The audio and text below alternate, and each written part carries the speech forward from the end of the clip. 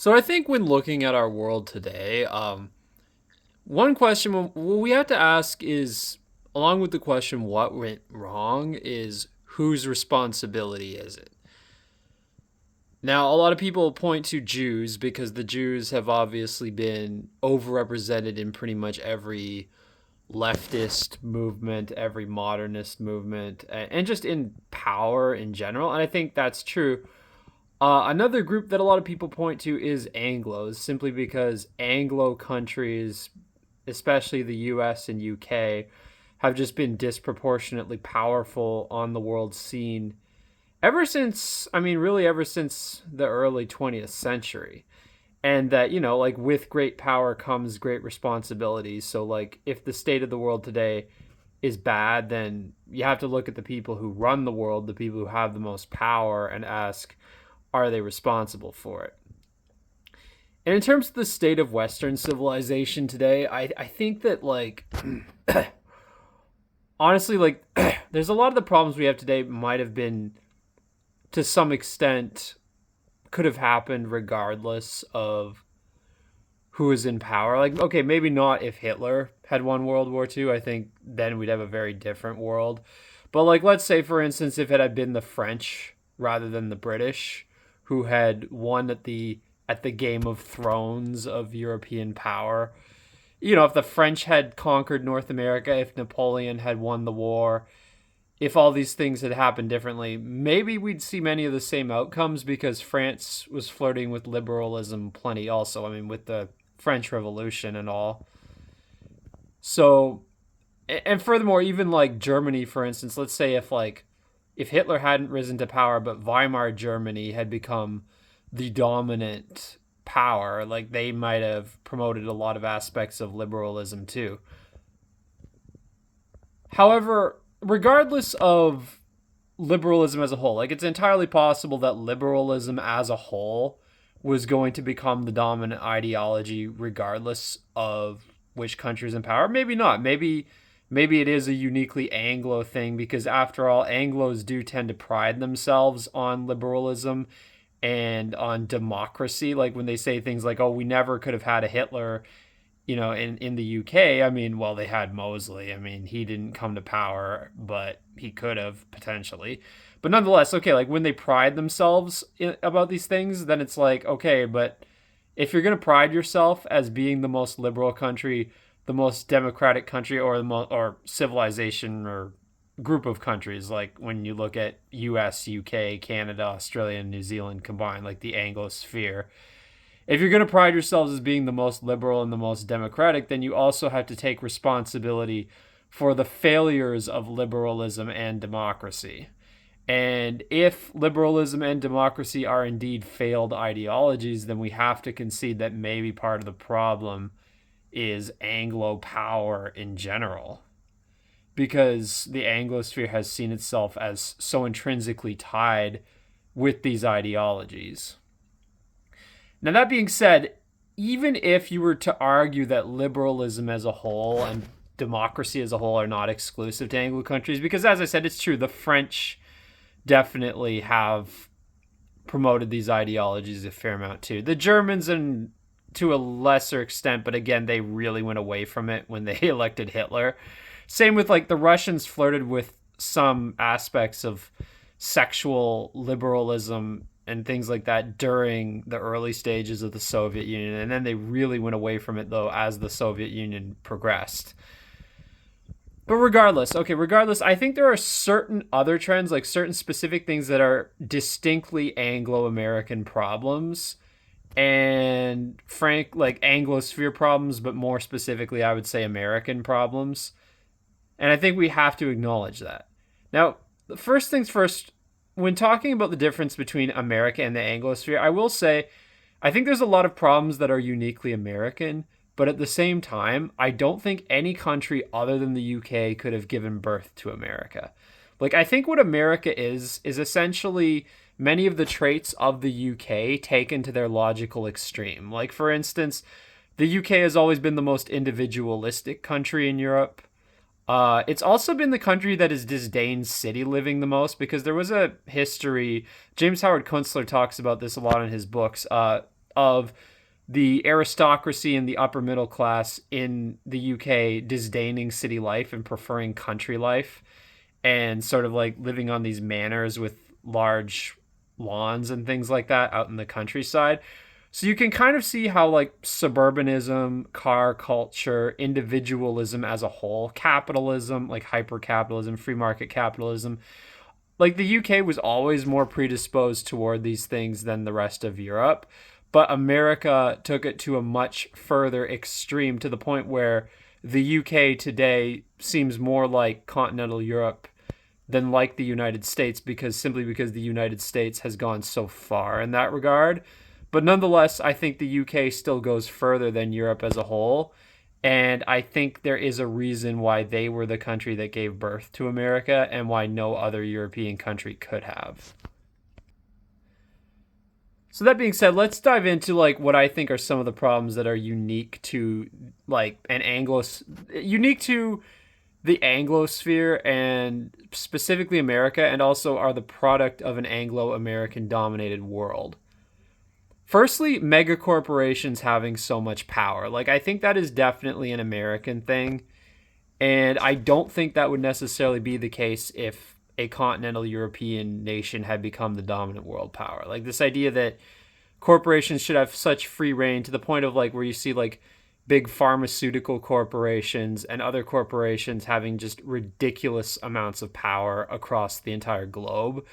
Um, Functioning essentially as like countries, like having more power than entire countries, more power than large countries even. Like I'm not talking about just like, oh, they have more power than Liechtenstein. I mean like some corporations might have more power than Italy or Spain. Like Amazon or Google, I don't know, they might. So like that is one thing that I think is uniquely Anglo-American. And when looking at more specific types of corporations, I think fast food for sure. That is something I don't think any other country could have produced mega chains to the extent of America. I'll link to it in the description. There's a list of like all the biggest fast food chains in the world, and almost all of them are from the United States. Um, the number one from continental Europe is like so far down the list. I think it's like a pizza chain from Spain that's like number 50 something, or it's really far down the list. Actually, Canada has some that are higher on the list. Like Tim Hortons, I think, is the highest of any that is not American, and it's Canadian, funny enough. Some Chinese ones are also fairly high on the list, but yeah. The top of the list is almost, I think all the top 10 are American. Like it's like the entire list is dominated really strongly by the United States. And I do think it's a culture. Like there is a certain culture in the United States that produces fast food mega chains, and I don't think any other country, even if they'd been the dominant country, would have this culture. Like I don't think if France had become or Germany had become the dominant power, that we would see fast food mega chains on this scale that are just popping up all over the globe and that are just extremely predatory and dominant everywhere. Like I think this is a unique product of the American economic system and Anglo-American culture as a whole. Another example is just unhealthy food in general that emanates from the United States, like, like sugary soft drinks and just various types of unhealthy food that are aggressively promoted across the entire world. Like the the the the mega chain, like the huge mega pop drinks, like the soda drinks that are just sold everywhere and things like that. Like, I mean, I think that's also uniquely Anglo-American. I don't think that's something that would exist if somebody else was the dominant power. Because it's a product of a very specific economic model that encourages big business and subsidizes it and just makes it extremely powerful and allows it a great amount of leeway without any significant regulation to stop it or to promote smaller businesses instead. And also just a lack of health related regulations too under the guise of the free market. And I think there are some other things too. Like I think suburban sprawl is a unique product of Anglo-American culture. Again, like all these things, obviously a country like Canada Australia, New Zealand, it's kind of all the same, right? Like I think we could have all produced these things too. It's just that America happens to be bigger. But I mean, I think we are largely the same, which is why, again, the example of Tim Hortons as the biggest non-American mega chain goes to further prove that.